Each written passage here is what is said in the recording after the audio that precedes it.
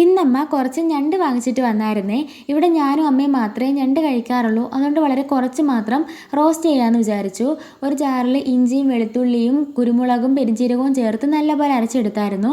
അത് കഴിഞ്ഞൊരു പാൻ ചൂടാക്കി വെളിച്ചെണ്ണ ഒഴിച്ച് കടുക് പൊട്ടിച്ച് ഈ അരച്ച് വെച്ച പേസ്റ്റ് ചേർത്ത് അതിൻ്റെ പച്ചമണമൊന്ന് മാറി വന്നപ്പം കുറച്ച് കറിവേപ്പിലയും ചേർത്ത് ഒരു 3 സവാള അരിഞ്ഞതും കുറച്ച് കൊച്ചുള്ളിയും കൂടെ ചേർത്ത് ഒരു പച്ചമുളകും കീറിയിട്ട് കറിവേപ്പിലയും ചേർത്ത് 1 സ്പൂൺ ഉപ്പും ചേർത്ത് നല്ലപോലെ വഴറ്റിയെടുത്തായിരുന്നേ.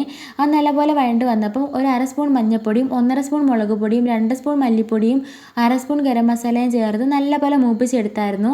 നല്ലപോലെ മൂത്ത് വന്നപ്പം ഒരു വലിയ തക്കാളിയും ചേർത്ത് അത് നല്ലപോലെ വെന്തുടഞ്ഞപ്പോൾ കുറച്ച് ഉപ്പും കൂടെ ചേർത്തായിരുന്നു. കഴുകി വെച്ച് ഞണ്ടും ചേർത്ത് മിക്സാക്കി കറിവേപ്പിലയും ചേർത്ത് അടച്ചു വെച്ച് വേവിച്ചു. ഇതിനകത്ത് നിന്ന് തന്നെ വെള്ളം ഇറങ്ങുന്നുണ്ടായിരുന്നെങ്കിൽ ഞാൻ ഒരു 1/2 ഗ്ലാസ് വെള്ളവും കൂടെ ചേർത്ത് കൊടുത്തായിരുന്നേ. വെള്ളവും ചേർത്ത് മിക്സാക്കി നല്ലപോലെ റോസ്റ്റ് ആക്കി എടുത്തു. ലാസ്റ്റ് കുറച്ച് ഉപ്പും കുറച്ച് കുരുമുളക് പൊടിയും കൂടെ ചേർത്ത് നല്ല അടിപൊളി ടേസ്റ്റ് ആയിരുന്നേ.